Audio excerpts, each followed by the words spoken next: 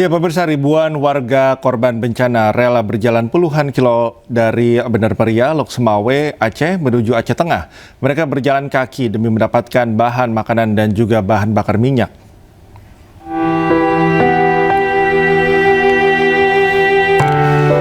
Selama 16 hari terisolasi, warga korban bencana di Bener Meriah rela berjalan kaki puluhan kilometer demi mendapatkan sembako dan bahan bakar minyak.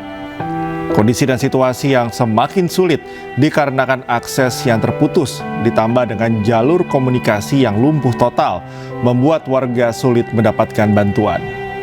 Tak hanya medan perjalanan penuh lumpur, namun juga jalan berbukit berisi banyak batu-batu besar.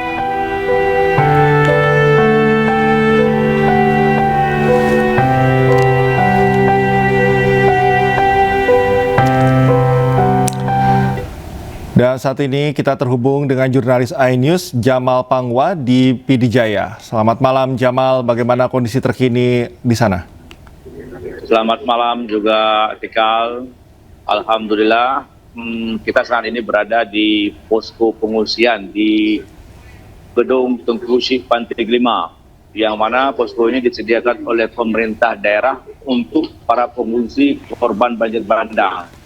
Di posko ini Tikal ada sekitar hampir 9.000 jiwa yang menempati tempat ini, di mana 4 desa semua berkumpul di sini, dari anak-anak, orang dewasa, dan lansia. Begitu Tikal. Kalau dilihat dari atau pantauan Anda dari para pengungsi ini, apa yang paling dibutuhkan dan apa yang belum didapatkan sejauh ini bagi para pengungsi? Saat ini para pengungsi semua mengeluh Tikal, meminta rumah mereka dibersihkan.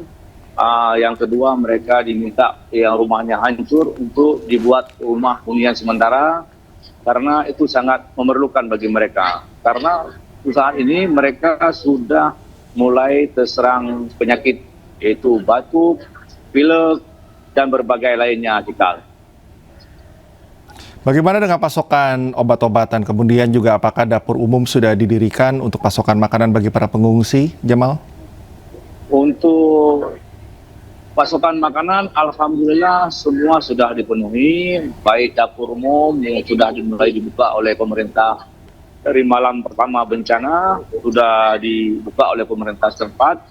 Namun yang kendalanya saat ini ada warga yang mulai pulang ke rumah untuk membersihkan rumah. Mereka sangat membutuhkan yaitu air bersih dan juga gas LPG.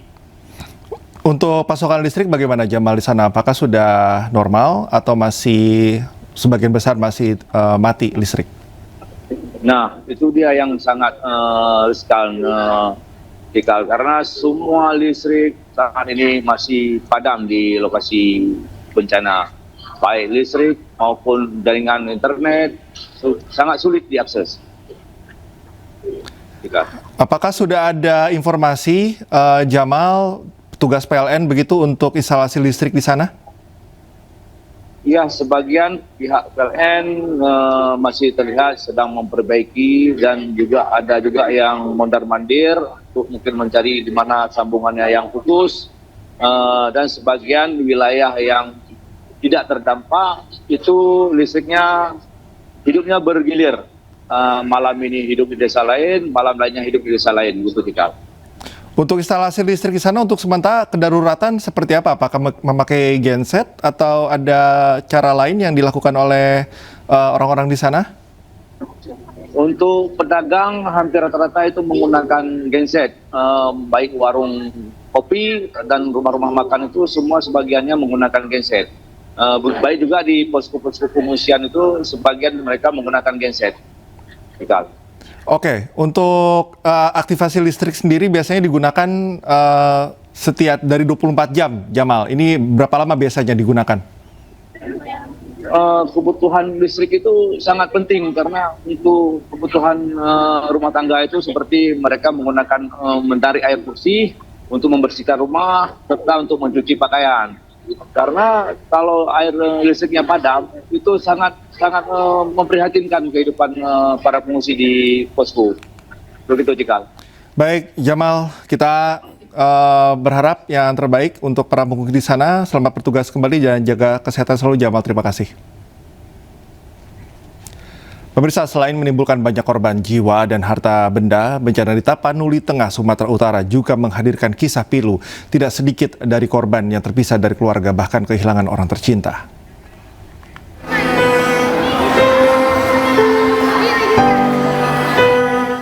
Seorang bocah laki-laki 10 tahun kini harus rela menerima kenyataan hidup sendiri bersama pengungsi lainnya di Gedung Serbaguna Pandan, Tapanuli Tengah, Sumatera Utara.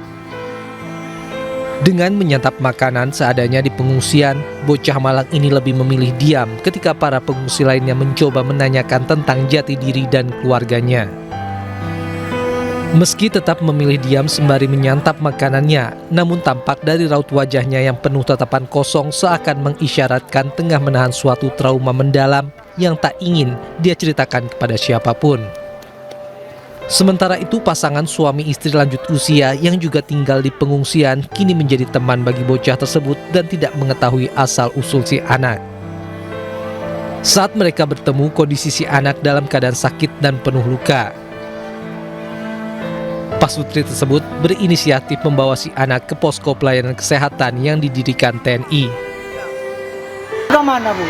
Nggak tahu kita, nggak ada dikasih tahu dia warga mana. Orang tuanya pengakuan dia? Nggak ada dia ngomong, cuma dia yang tahu. Nek, udah itu aja saya tanya. Kau sama nenek? Nggak tahu, nggak mau dia jawab. Jika kondisi telah membaik, pasangan suami istri itu akan membawa si anak pulang bersama mereka dan mengupayakan mencari pihak keluarganya.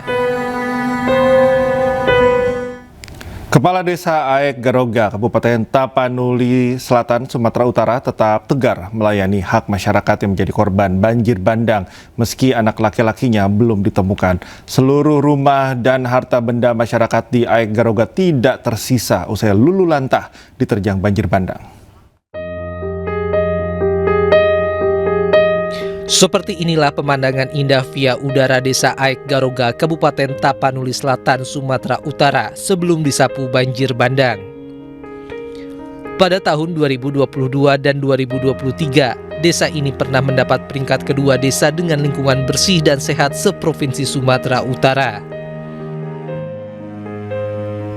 Namun usai banjir bandang terjadi, suasana desa Aek Garoga berubah menjadi lautan pasir dan gelondongan kayu yang berserakan di mana-mana menyebabkan sekitar 245 rumah warga rata dengan tanah. Kepala Desa Aek Garoga Risman Rambe mengatakan, hingga hari ini ada 14 orang masyarakatnya yang masih dinyatakan hilang, salah satunya adalah anak kandungnya. Terjadinya bencana banjir bandang ini, desa kami ini berjumlah 245 kepala keluarga.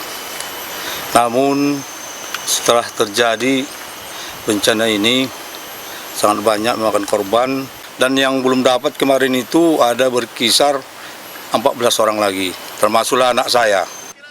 Meski dalam suasana hati yang sedih dan berharap anak laki-lakinya segera ditemukan, Risman Rambe masih semangat mengurus masyarakatnya yang saat ini seluruhnya berada di lokasi pengungsian. Masyarakat Desa Aek Garoga berharap agar pemerintah transparan mengungkap penyebab banjir bandang dan meminta seluruh pihak terlibat agar bertanggung jawab kepada masyarakat terdampak. Seluruh Indonesia sudah melihat keadaan ini. Sudah saya bilang tadi bahwa kampung ini sejarahnya beratus tak pernah demikian. Perlulah untuk pemerintah jujur melihat umpamanya situasi ini, karena ini harus diusutlah bagaimana siapa yang bertanggung jawab dalam hal ini.